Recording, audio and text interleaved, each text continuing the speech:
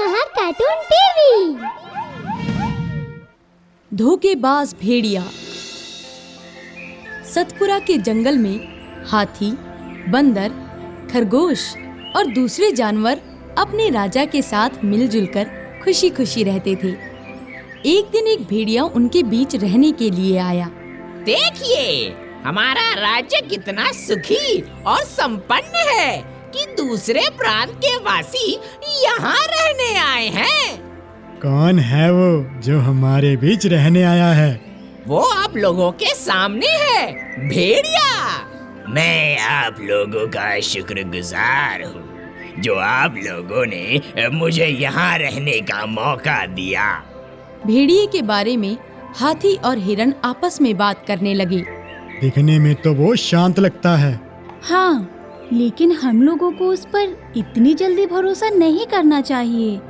हिरन और हाथी एक साथ अपने घर की ओर जाने लगे कि तभी भेड़िया भी उनके साथ हो गया और हाथी से बातें करते हुए चलने लगा।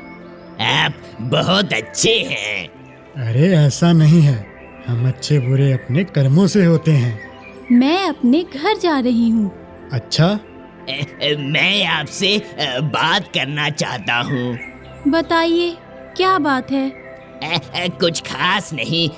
मैं जंगल के राजा के बारे में कुछ जानना चाहता था। हमारे राजा शेर हैं और वो हम सबके मददगार हैं। भेड़िया इस तरह बातें करते हुए हिरन के साथ उसके घर पे पहुंच जाता है। लगता है आपका घर आ गया। हाँ, यही है मेरा छोटा सा घर। अब मैं आपका नया दोस्त हूँ। कभी भी मेरी जरूरत पड़े मुझे बुला लीजिएगा। कितना अच्छा है हमारा नया साथी। इस तरह कुछ दिन बीतने के बाद जंगल में जानवरों के बच्चे एक एक कर गायब होने लगे। सभी परेशान हो गए कि आखिर उनके बच्चे कैसे गायब हो रहे हैं। मुझे कुछ समझ में नहीं आ रहा है कि आखिर हमारे बच्चे कैसे गुम हो रहे हैं। हमारे बीच तो ऐसा कोई नहीं है जो अपने ही बच्चों को नुकसान पहुंचाए। मुझे लगता है कि जंगल में भूत का प्रकोप बढ़ गया है। ये तो बहुत गड़बड़ हो रहा है। आप लोगों को जब भी मेरी जरूरत पड़े मेरी सेवा ले सकते हैं। मैं हर वक्त आप लोगों की मदद करने के लिए तैयार हूँ। अरे वाह, ये तो बहुत अच्छी बात है। हम सभी को मिलकर इस समस्या को दूर करना चाहिए। जिस तरह से हमारे बच्चे गायब हो रहे हैं, मुझे भी भूत का प्रकोप लगता है। सभी जानवर शेर के पास जाकर उनसे अपने बच्चों के गुम होने की शिकायत करने लगे। अपनी प्रजा की बातों को सुनकर राजा बहुत ही चिंतित हो गया। हमारे राज्य में ये सब क्या हो रहा है? हमारा राज्य सबसे शांत और बढ़िया था, लेकिन पता नहीं किसकी नजर लग गई है। आप लोग जाइए, मैं इसका कुछ उपाय निकालता हूँ। सभी जानवर अपने अपने घर लौट आए और डरे सहमे रहने लगे। इसी बीच हिरण और हाथी आपस में बात करने लगे। हम लोगों को चौकन्ना रहना चाहिए। हाँ, जब तक वो पकड़ा नहीं जाता हमें सावधान रहना पड़ेगा। खरगोश दौड़ते हुए आता है और कहता है, कोई मेरे बच्चों को बचा लो, मेरे बच्चे गुम हो गए हैं। हैं? ये क्या कह रहे हो? हाँ, मैं अपने बच्चों को छोड़कर कुछ काम से बाहर गई थी और इसी बीच मेरे बच्चे गायब हो गए। चारों ओर ढूंढ लिया लेकिन वो नहीं मिले। बच्चे अचानक से कैसे गायब हो जाते हैं? हमें लगता है हमारे बीच कोई जासूस है जो हम लोगों की पल पल की खबर हमारे दुश्मनों तक पहुंचाता है। ये बात तो तुम सही कह रहे हो। मुझे भी इस बात पर शक हो रहा है। कल रक्षाबंधन का त्योहार है, हमें इसकी तैयारी करनी है। मैं जा रही हूँ। इस जंगल में रक्षाबंधन का त्योहार अनोखे तरीके से मनाने का रिवाज था। जंगल के सदस्य एक दूसरे से गले मिलते थे और बड़े जानवर अपने से छोटे जानवरों को उनकी रक्षा करने का वचन देते थे। रक्षाबंधन मनाने आई हूँ हाथी मेरे भाई। अरे पहले मुझे बैठ तो जाने दो, क्योंकि तुम मेरे गले तक नहीं पहुँच सकती। जरूर, आज के दिन मैं तो बिना गले मिले आपको छोड़ ही नहीं सकती। राजा के बाद आप ही तो इस जंगल के शक्तिशाली जानवर हैं और हमारी रक्षा भी करते हैं। तुम्हें जब भी मेरी मदद चाहिए मुझे बता सकती हो। मैं हमेशा जंगल के सदस्यों की मदद के लिए तैयार रहता हूँ। अब मैं घर जा रही हूँ। मैं अपने बच्चों को अकेला छोड़कर आई हूँ। फिर तो जल्दी जाओ। हिरनी घर लौटती है। जब हिरनी घर लौटती है तो अपने बच्चों को वहाँ नहीं पाती। हे भगवान, मेरे बच्चे कहाँ गए? अब मैं क्या करूँ? हिरनी के रोने की आवाज सुनकर खरगोश उसके पास पहुँचता है। क्या हुआ? मेरे बच्चे गुम हो गए। अभी हाथी भाई के पास गई थी, इसी बीच मेरे बच्चे गुम हो गए। त्योहार के दिन भी दुश्मनों को ऐसा गंदा काम करते हुए उनका दिल नहीं पसीजता। जो भी ये सब कर रहा है वो बड़ा ही बेरहम है।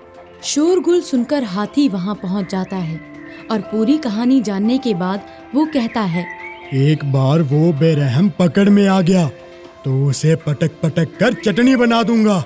जानवरों को भेड़िए पर शक हो जाता है और वो इसकी शिकायत राजा से करने जाते हैं। हमें तो पूरा शक है कि वो भेड़िया हमारे बच्चों को अपना शिकार बना रहा है। मुझे भी उस पर शक है। देखिए, मैं शक के आधार पर किसी को दंड नहीं दे सकता। मैं एक राजा हूँ। आप लोग उसके खिलाफ सबूत दीजिए तो मैं उसे जरूर दंड दूंगा। ठीक है। शेर की बात सुनकर सभी जानवर मायूस हो जाते हैं और वहाँ से लौटकर आपस में बात करने लगते हैं। अगर हमें सबूत मिल जाए तो मैं अकेले ही उसका काम तमाम कर दूंगा। फिर राजा के पास जाने की जरूरत ही क्या रहेगी। आप बिल्कुल सही कह रहे हैं। हम लोग राजा के पास इसी उम्मीद से गए थे कि वो हमारी मदद करेंगे। हम लोगों को अपना राजा बदल देना चाहिए। ऐसे राजा का क्या लाभ जो हमारी मदद नहीं कर सकते। हाथी भाई, आप हमारे राजा बन जाइए। देखिए देखिए, अभी हमारे पास राजा के खिलाफ काम करने का वक्त नहीं है। हम लोगों को अभी बिना समय गवाए उस दरिंदे को पकड़ना है जो हमारे बच्चों को खत्म कर रहा है। अरे ये भेड़िया ही है जो ये घिनौना काम कर रहा है। अरे हमने उसे ऐसा करते देखा नहीं है तो हम कैसे ये बात कह सकते हैं। अब हमें उसे रंगे हाथों पकड़ना होगा। हाँ भाई, सही कह रहा है। आप सब उसे पकड़ने की योजना बनाइए। जिसकी योजना सबसे अच्छी होगी उस पर हम लोग काम करेंगे। ठीक है। योजना के तहत बंदर राजा के यहाँ बैठक की घोषणा करता है, जिसके बाद सभी जानवर राजा के पास पहुँचने लगते हैं। राजा के पास बैठक है। चलो, मेरे लिए तो अच्छा मौका है। भेड़िया इधर उधर चारों तरफ देखता है तो उसे कोई भी जानवर दिखाई नहीं देता। तभी वो एक झाड़ में प्रवेश करता है। आज तो मजा आ गया। बिना मेहनत के नरम नरम मांस खाने को मिलेगा और किसी को इसका पता भी नहीं चलेगा। ठहरो, तुमसे ऐसी उम्मीद नहीं थी। भागो भागो। भेड़िया शेर को देखकर भागने लगता है। तभी राजा उसका पीछा करता है और उसे दबोच लेता है। मुझे माफ कर दीजिए। मुझसे गलती हो गई। तुम्हारी गलती माफ करने लायक नहीं है। तुमने न केवल धोखा दिया है बल्कि मासूम बच्चों को भी मारा है। तभी भेड़िया शेर के चंगुल से निकलकर भागने लगता है। शेर उसका पीछा करके उसे मार देता है।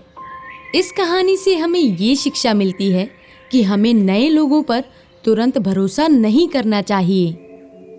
हेलो दोस्तों, हमें कमेंट्स करके बताएं कि आपको ये कहानी कैसी लगी। इस कहानी को लाइक जरूर करें और अपने दोस्तों के साथ शेयर भी करें। बाय।